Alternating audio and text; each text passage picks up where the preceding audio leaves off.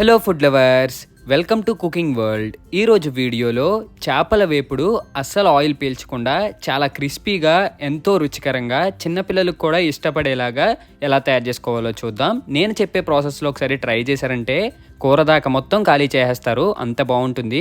ముందుగా చేప ఫ్రై తయారు చేసుకోవడానికి మేము సందువా చేప అయితే తీసుకున్నాము. చేప ముక్కల్ని కడిగేటప్పుడు 2-3 సార్లు వాటర్తో బాగా కడిగి తర్వాత అందులో కొద్దిగా సాల్ట్ వేసి అప్పుడు మళ్ళీ ఒకసారి కడగండి. అప్పుడు చేప ముక్కలకైతే నీసు వాసన ఉండదన్నమాట. ఇప్పుడు ఈ ముక్కల్ని ఒక గిన్నెలోకి తీసుకుని ఇందులో 1 టేబుల్ స్పూన్ పసుపు, ఇంకా 2 టేబుల్ స్పూన్ల కారం వేసుకోవాలి. తర్వాత ఇందులోకి 1 టేబుల్ స్పూన్ ధనియాల పొడి వేసుకోండి. ధనియాల పొడి వేసిన తర్వాత ఇంట్లో ఆడిన మసాలా పౌడర్ ఉంటుంది కదా, అది వేసుకోండి.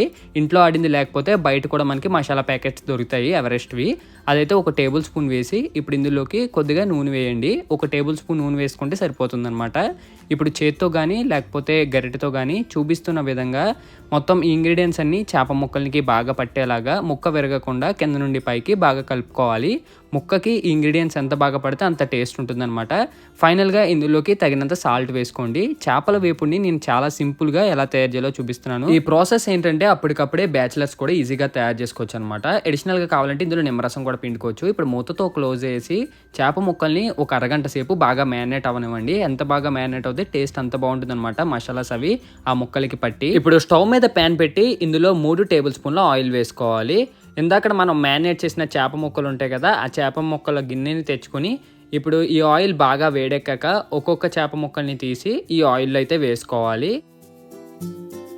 చేప ముక్కలన్నీ ఈ విధంగా వేసిన తర్వాత పక్కన బాగా దగ్గరగా ఉండకూడదు, వాటిని గరిటెతో అయితే సెపరేట్ చేసేయండి. అప్పుడైతే అంటుకోవన్నమాట ముక్కలు.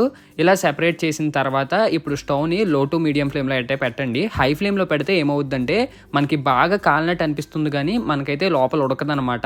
పైకి క్రిస్పీగా కనపడుతుంది కానీ లోపల మనకి పచ్చి పచ్చిగా ఉంటుంది. అందుకని చెప్పేసి 2 వైపులా మనం స్టవ్ని లో టు మీడియం ఫ్లేమ్లో పెట్టి ముక్కలు ఇన్ అండ్ అవుట్ బాగా వేగేలాగా వేపుకోండి. మనకి కొద్దిగా వేపుడు పెట్టడానికి టైం ఎక్కువ పడినా పర్లేదు, టేస్ట్ అయితే ఇంపార్టెంట్ అనమాట. నేను ఇప్పుడు మీకు ఓన్లీ 3 పీసెస్ తోనే చూపిస్తున్నాను కదా. ఎక్కువ పీసెస్ ఉంటే ఈ విధంగా బ్యాచెస్ వైజ్ గా వేపుకోండి.